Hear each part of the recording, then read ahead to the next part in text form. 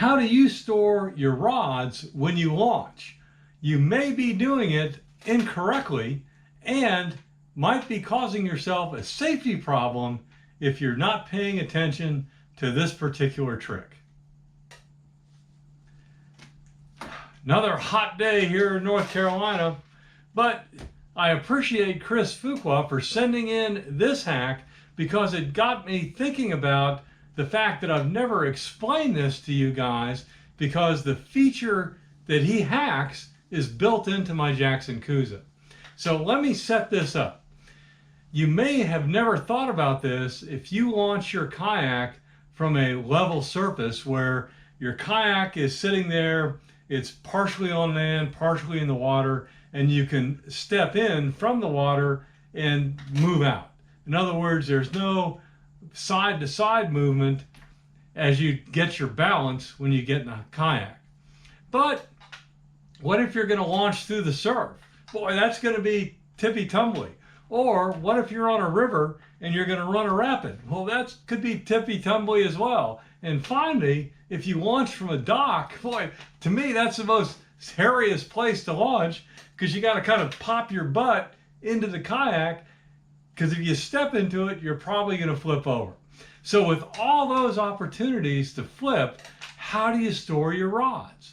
And the point is that if you put your rods on launch in a milk crate or in a rod holder, if you're launching in one of those type of situations, or you expect to encounter those situations, like you're going down a river and you're going to hit a rapid, then you need this hack. So the issue is rod storage. If your rods are in a milk crate sticking up, even if they're locked down, with a bungee, or if they're in a rod holder on the side of your kayak and they're leashed or locked down with a bungee, the issue is that if you flip, those rods are going to be in the way and could potentially be a safety issue. Or if you're not locking them down at all, then you got a bigger problem. So the best way to deal with rod storage when you're entering an area where you might flip is to lock down the tip at the front of your kayak and then lock down the reel down near your seat. And so let me show you what the Jackson Coosa comes with, and then you'll understand Chris's hack. The Jackson Coosa and some other kayaks come with this hack built into the kayak. So I've got a nice indent right here where I can slide my rod tip in, and then I can lock the reel seat down back here by my seat with a bungee. So if I'm launching in the surf or about to go through a rapid, my rod is fully secured right here, and if the kayak flips, I'm not going to get tangled up in the rod, any kind of lure that's attached to it, and things like that. So while everybody can figure out a way how to lock down their reel next to their seat, it may not be as obvious how you deal with the tip, because the tip has to be stabilized as well. So let me show you what Chris's hack is.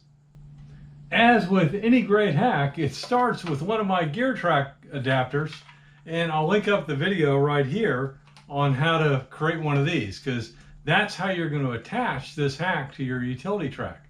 And I think it's pretty obvious when I just show it to you. It's a T, a piece of pipe as long as you want it, and then an end cap. And then what's going to happen is you're going to mount this to the end of your kayak, and you may need to install a short section of utility track to mount this to. And then your rod tip is just going to slide into here, and that's going to keep it locked down, just like the pre-made hole on my Jackson Coosa is going to do. Then, of course, like I said, you can lock down the reel seat wherever you want. So this is a great hack, and it's so simple. Now, this is the 3/4 inch PVC, because all my rods have very small rod guides. But if you have a larger guide that you're going to need to put into here, you need to size this appropriately. And the PVC gear track adapter can be any size you want. I personally prefer, after doing this for many years, using the 5/16 toilet bolts, or preferably the 5/16 T-bolts.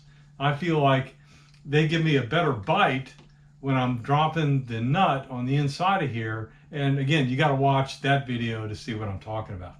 But thanks, Chris. I appreciate that great hack.